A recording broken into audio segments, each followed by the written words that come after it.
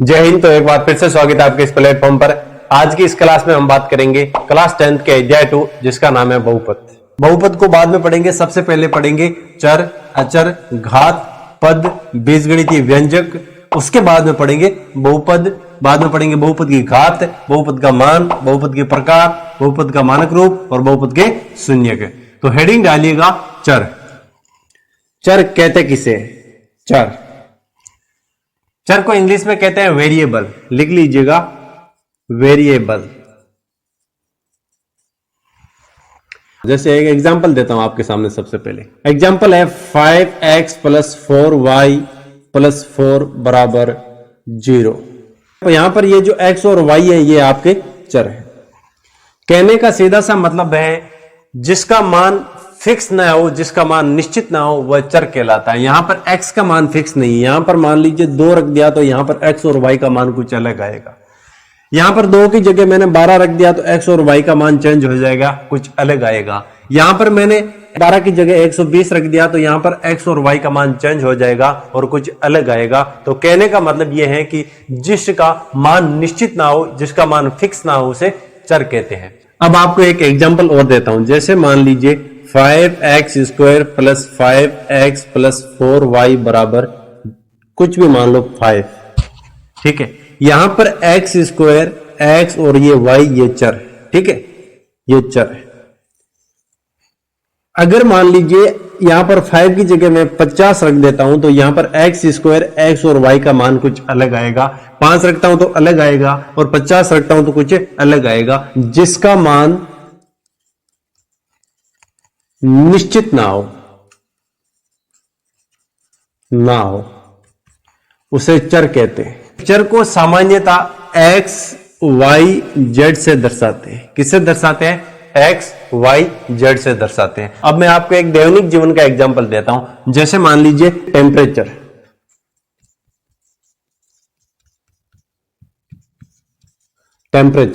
Temperature कभी 37 degree भी रहता है, कभी 39 डिग्री भी चला जाता है, कभी माइनस में भी चला जाता है, जैसे -8 डिग्री भी चला जाता है, कभी 0 डिग्री हो जाता है। मतलब है कि वैल्यू फिक्स नहीं है, चेंज होता रहता है। अब बात करते हैं अचर के बारे में। अचर जिसका मान निश्चित हो, जिसका मान निश्चित हो, जिसका मान निश्चित हो वह अचर कहलाता है। एग्जांपल देता हूं आपको। 2 + 2 4 ही होता है हमेशा। 2 + 2 हमेशा 4 ही होता है। आप कहीं पर भी चले जाओगे तो 2 + 2 हमेशा 4 ही होगा। 2 × 2 हमेशा 4 ही होता है। कहीं पर भी चले जाओगे तो 2 × 2 हमेशा 4 ही होगा। 3 + 3 हमेशा 6 ही होता है। तो कहीं पर भी जाओगे तो 3 + 3 6 ही होगा। तो कहने का मतलब जैसे पाई का मान 22/7 होता है तो पाई का मान 22/7 ही होगा। आपने एक इक्वेशंस देखी होगी, ax² + bx + c बराबर 0। यहां पर ये जो x² x ये क्या है? ये है चर। और यहां पर a b c, यहां पर a b c ये है अचर। क्यों? क्योंकि इनका मान फिक्स है। ये क्या है? अचर है। तो अचर को सामान्यता a, b, c से दर्शाते हैं और चर को सामान्यता x, y, z से दर्शाते हैं। अचर मतलब जिसका मान निश्चित हो, जो उसको अचर कहते हैं। चर मतलब जिसका मान निश्चित ना हो, जिसका मान चेंज होता रहता है, उसे चर कहते हैं। अब बात करते हैं घात के बारे में। घात को इंग्लिश में बोलते हैं पावर। अब क्या मतलब है? कोई भी संख्या खुद से कितनी बार गुणा होगी? लिखिएगा यहां पर, कोई भी संख्या खुद से कितनी बार गुणा होगी।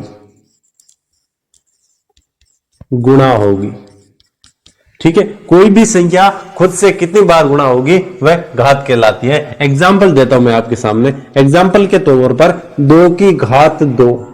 इसका मतलब यह है कि 2 आपस में 2 बार गुणा होगा।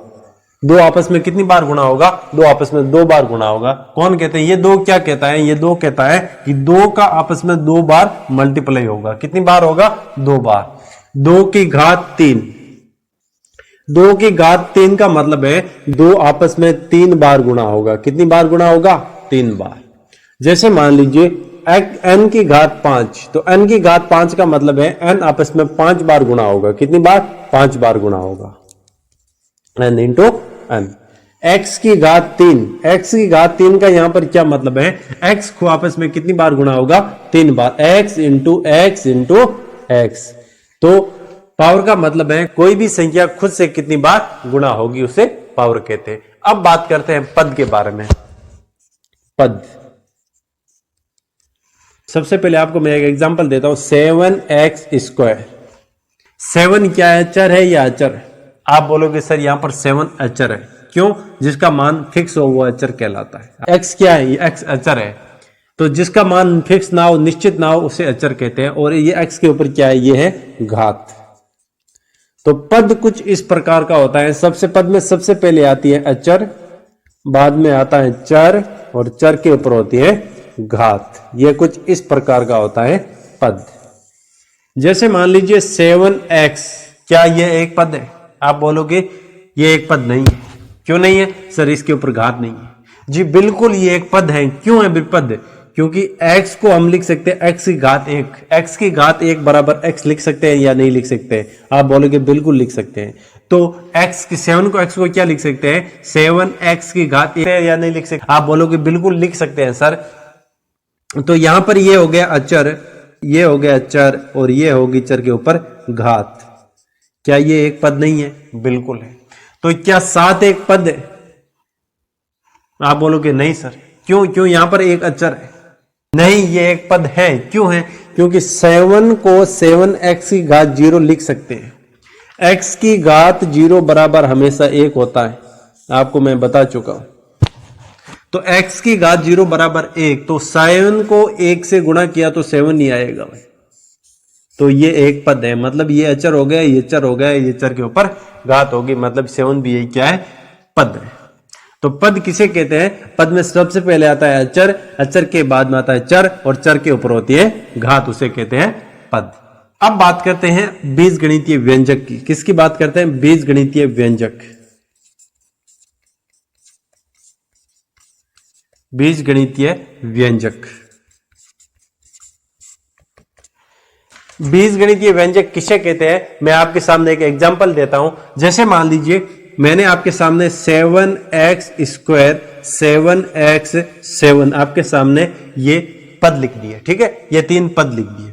जब इन तीनों पद को या तो प्लस या माइनस से आपस में कनेक्ट कर दूंगा तो वह बीजगणितीय व्यंजक बन जाएगा। ध्यान से सुनना, जब मैं 7x², 7x और 7 को प्लस या माइनस से कनेक्ट कर दूंगा, जोड़ दूंगा, तो वह क्या बन जाएगा? बीजगणितीय व्यंजक बन जाएगा। जैसे मान लीजिए यहां पर भी मैंने प्लस लिख दिया, यहां पर भी मैंने प्लस लिख दिया, तो ये क्या बन गया? एक बीजगणितीय व्यंजक बन गया। जैसे मान लीजिए मैं आपके सामने एक एग्जाम्पल और देता हूं, 5x² + 5x + 4y।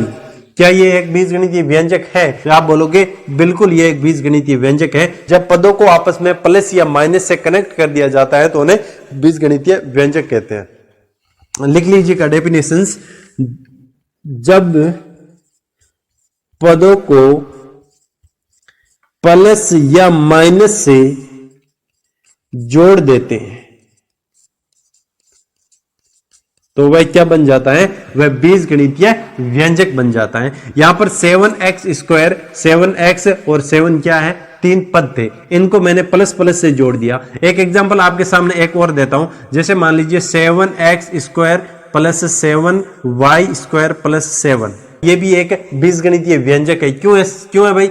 क्योंकि यहां पर भी एक पद है, यहां पर भी एक पद है, यहां पर भी एक पद है। यहां पर मैंने प्लस से जोड़ दिया, यहां पर भी मैंने प्लस से जोड़ दिया। एक एग्जांपल आपको मैं और देता हूं, 7x की घात 0.5 + 7x की घात 1/2 -7। क्या ये एक बीजगणितीय व्यंजक है? आप बोलोगे बिल्कुल सर, यहां पर भी एक पद है, यहां पर भी एक पद है, यहां पर भी एक पद है, इनको आपने प्लस, यहां पर प्लस और यहां पर माइनस से आपने कनेक्ट कर दिया, तो ये एक बीजगणितीय व्यंजक बन गया।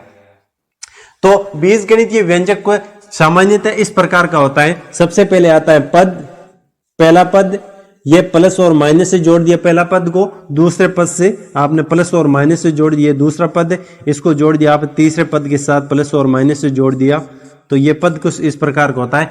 अब लेते हैं बहुपद। बहुपद। बहुपद को पढ़ने से पहले पूर्ण संख्या क्या होती है इसके बारे में जान लेते हैं। पूर्ण संख्या पूर्ण संख्या 0 से स्टार्ट होती है, 0 1 2 3 और अनंत तक जाती है। कहां तक जाती है? अनंत तक जाती है। आपके सामने मैं कोई बीजगणितीय व्यंजक ले रहा हूं, ठीक है। 7x² plus 7x plus 7y, यह कोई बीजगणितीय व्यंजक है। मान लीजिए यहां पर 1/2 है। 7x² प्लस 7x की घात 1/2 प्लस 7y, यह आपके सामने कोई बीजगणितीय व्यंजक है। एक आपके सामने एक और एग्जांपल लेता हूं, 7x² plus 7x plus 7y। ध्यान से सुनना, बहुपद किसे कहते हैं? वह बीजगणितीय व्यंजक जिसमें चर की घात कोई पूर्ण संख्या हो। कोई पूर्ण संख्या, चर की घात कोई पूर्ण संख्या होनी चाहिए। यहां पर x की घात 2 मतलब पूर्ण संख्या है, यहां पर x की घात 1/2 मतलब यहां पर पूर्ण संख्या नहीं है। अगर चर की घात कोई पूर्ण संख्या नहीं है तो वह बीजगणितीय व्यंजक तो होगा लेकिन बहुपद नहीं होगा। बहुपद किसे कहते हैं? वह बीजगणितीय व्यंजक जिसमें चर की घात कोई पूर्ण संख्या होनी चाहिए। इसलिए यह बीजगणितीय व्यंजक तो है लेकिन बहुपद नहीं है। यहां पर देखिए आप, क्या यहां पर चर की घात कोई पूर्ण संख्या है? बिल्कुल है सर। यहां पर बिल्कुल है सर। यहां पर नहीं है मतलब 1 है, इसकी घात 1 है, यहां पर भी 1 है। यहां पर चर की घात कोई पूर्ण संख्या है, इसलिए ये क्या है? एक बहुपद है। ये एक बहुपद है, बहुपद भी है और ये एक बीजगणितीय व्यंजक भी है। बीजगणितीय व्यंजक किसे कहते हैं? जब पदों को प्लस या माइनस से आपस में जोड़ दिया जाए तो उसे बीजगणितीय व्यंजक कहते हैं। बहुपद किसे कहते हैं? वह बीजगणितीय व्यंजक जिसमें चर की घात कोई पूर्ण संख्या होनी चाहिए। यहां पर चर कौन है? x y। यहां पर पूर्ण संख्या है, यहां पर भी पूर्ण संख्या है, यहां पर भी पूर्ण संख्या है, इसलिए ये एक बहुपद है। और जो बहुपद होगा वह बीजगणितीय व्यंजक भी होगा। लेकिन जो बीजगणितीय व्यंजक होगा वह जरूरी नहीं है बहुपद हो, लेकिन जो बहुपद होगा वह बीजगणितीय व्यंजक भी होगा। एक एग्जांपल मैं आपके सामने और देता हूं, जैसे 4x की घात 0.2 प्लस 4x की घात 1/2 प्लस 4x की घात -5। क्या ये एक बहुपद है? आप बोलोगे सर ये एक बहुपद नहीं है। क्यों नहीं है? यहां पर चर की घात कोई पूर्ण संख्या नहीं है, यहां पर भी चर की घात, अगर एक भी बार चर की घात पूर्ण संख्या नहीं आई तो वह बीजगणितीय व्यंजक तो होगा लेकिन बहुपद नहीं होगा। यह एक बीजगणितीय व्यंजक तो है लेकिन बहुपद नहीं है। अब लेते हैं बहुपद की घात।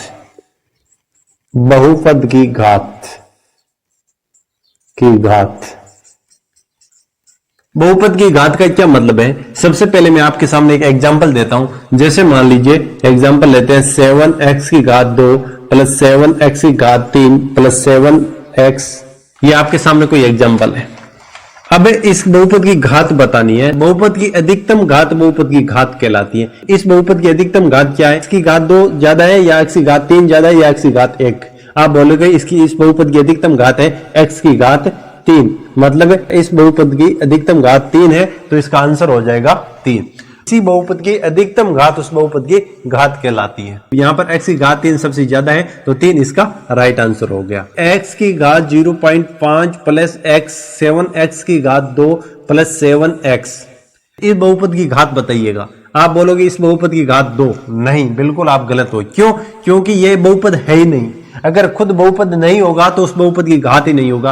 क्यों नहीं बहुपद है भाई? यहां पर चर की घात कोई पूर्ण संख्या नहीं है। अगर चर की घात कोई पूर्ण संख्या नहीं है तो यह एक बहुपद नहीं है, यह एक बीजगणितीय व्यंजक है। किसी भी बहुपद की अधिकतम घात तो उस बहुपद की घात कहलाती है। एक एग्जांपल आपके सामने और देता हूं। जैसे मान लीजिए 7x की घात 9 प्लस 7x की घात 5 प्लस 8x की घात 2। इस बहुपद की घात बताइएगा। आप बोलोगे इस बहुपद की घात 9 है, 9 आंसर है इसका, बिल्कुल राइट। इस बहुपद की घात कितनी है? इस बहुपद की घात 9 है, क्योंकि बहुपद की अधिकतम घात क्या कहलाती है? बहुपद की घात कहलाती है। तो आपको समझ में आ गई, बहुपद की अधिकतम घात बहुपद की घात कहलाती है। बहुपद की अधिकतम घात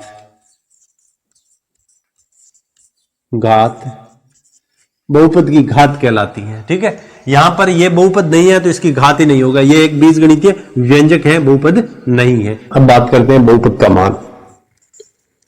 बहुपद का मान, बहुपद का मान होता क्या है? एग्जाम्पल के थ्रू समझाता हूं। जैसे मान लीजिए आपके सामने एक एग्जाम्पल रखा 5x प्लस 5। जब मैंने x की वैल्यू 1 रखी तो मेरे बहुपद का मान क्या आया, तो 5 + 5 = 10। जब मैंने x की जगह 1 रखा तो बहुपद का मान कितना आया, 10। समझ में आ गई बात है। जब मैंने x की जगह 1 रखा तो बहुपद का मान कितना आया मेरा, 10। अब इसी x की जगह मैं 2 रखता हूं, 5x + 5 की जगह मैं क्या रखता हूं, x की जगह रखता हूं मैं 2, तो 5x की जगह रहेगा 2 + 5 = 10 + 5 = 15। जब मैंने x की जगह 2 रखा तो बहुपद का मान आया 15। यही मैं कहना चाहता था। एक एग्जांपल मैं आपके सामने और देता हूं। जैसे मान लीजिए 3x + 3, जब मैंने x की जगह 5 रखा तो 3x की जगह 5 रखा +3, 15 + 3 = 18। जब मैंने x की जगह 5 रखा तो मेरा आंसर क्या आया, 18। अब x की जगह मैं 1 रखता हूं 3, x की जगह मैंने जब 1 रखा +3 तो कितना आ गया, 6। जब मैंने x की जगह 1 रखा तो बहुपद का मान आया 6। जब मैंने x की जगह 5 रखा तो बहुपद का मान कितना आया, 18। अब बात करेंगे बहुपद के प्रकार के बारे में। बहुपद के प्रकार।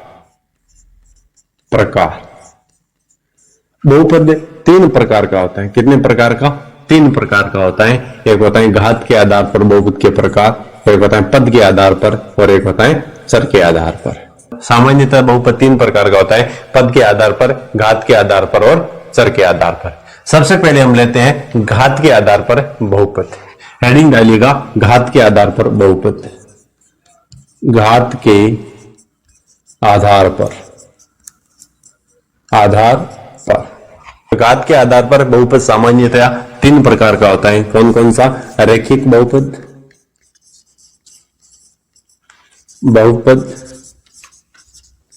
द्विघाती बहुपद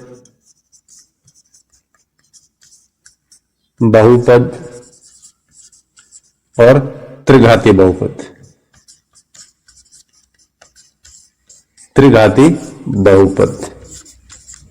अब सबसे पहले बात करेंगे हम रैखिक बहुपद के बारे में।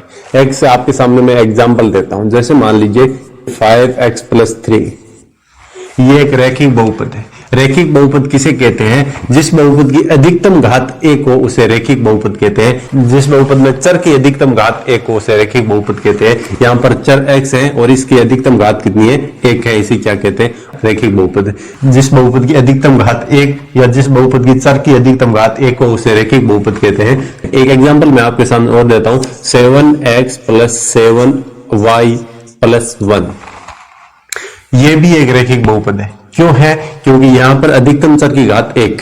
अब बात करते हैं द्विघाती बहुपद। वह बहुपद जिसकी अधिकतम घात 2 हो। जैसे एक एग्जांपल देता हूं मैं आपके साथ, 5x² + 5x + 4y, यहां पर चर की घात अधिकतम कितनी है, 2 है। एक एग्जांपल मैं आपके सामने और देता हूं, जैसे 7x² + 7x + 7y, यह भी एक द्विघाती बहुपद है। एक एग्जांपल मैं आपके सामने और देता हूं, 7x³ + 7x + 7y, क्या ये द्विघाती बहुपद है, आप बताइएगा।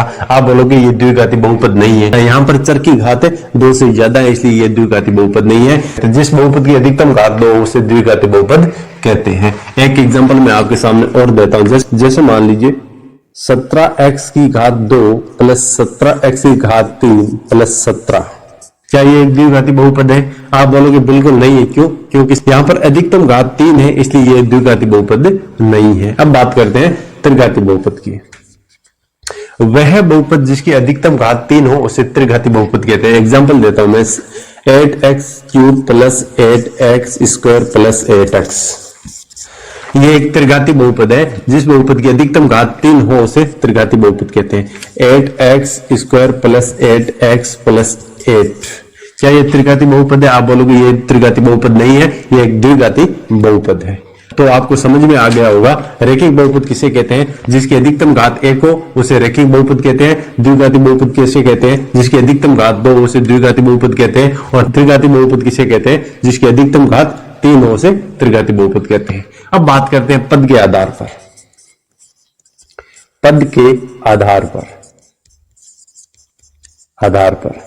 पद के आधार पर सामान्यतः बहुपद 3 प्रकार का होता है। वैसे कितने भी प्रकार का हो सकता है, लेकिन 10 तक की बात करें तो पद के आधार पर बहुपद 3 प्रकार के हमारे सिलेबस में है। सबसे पहले पद बात करेंगे एक पदी बहुपद, एक पदी बहुपद, वह बहुपद जिसमें एक पद हो उसे एक पदी बहुपद कहते हैं। एग्जांपल देता हूं मैं आपके सामने, जैसे एग्जांपल है 7x²। यहां पर एक पद है, ये अचर हो गया, ये चर हो गया और ये चर के ऊपर घात होगी। पद किस टाइप का होता है मैं आपको बता चुका हूं। सबसे पहले आएगी अचर, अचर के बाद में चर और चर के ऊपर घात। इस टाइप का कुछ पद होता है। सबसे पहले अचर, चर के बाद में चर और चर के ऊपर घात। जैसे मान लीजिए 7x, ये भी एक पद है। जैसे मान लीजिए 7, ये भी एक पद है। एक पदी बहुपद किसे कहते हैं? जिसमें केवल एक पद हो उसे एक पदी बहुपद कहते हैं। अब बात करते हैं द्विपदी बहुपद। वह बहुपद जिसमें दो पद हो उसे द्विपदी बहुपद कहते हैं। जैसे 2x + 1, यहां पर दो पद है, एक तो 2x और एक 1। जैसे मान लीजिए 2x² + 2x, ये भी एक द्विपदी बहुपद है क्योंकि यहां पर एक पद ये हो गया और एक पद ये हो गया। एक एग्जांपल आपके सामने और देता हूं। जैसे मान लीजिए 8x² + 8x + 8, क्या ये द्विपदी बहुपद है?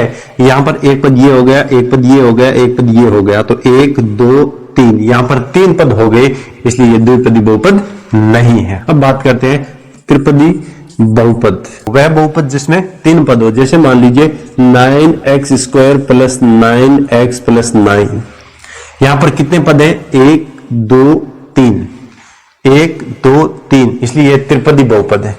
क्या 9x² + 9 ये त्रिपदी बहुपद है? आप बोलोगे सर ये त्रिपदी बहुपद नहीं है, ये द्विपदी बहुपद है। यहां पर पहला पद और ये दूसरा पद, इसलिए द्विपदी बहुपद है, त्रिपदी बहुपद नहीं है। तो हमने घात के आधार पर बहुपद पढ़ लिया, पद के आधार पर बहुपद पढ़ लिया। अब बात करते हैं चर के आधार पर। नंबर तीसरा हेडिंग डालिएगा चर के आधार पर।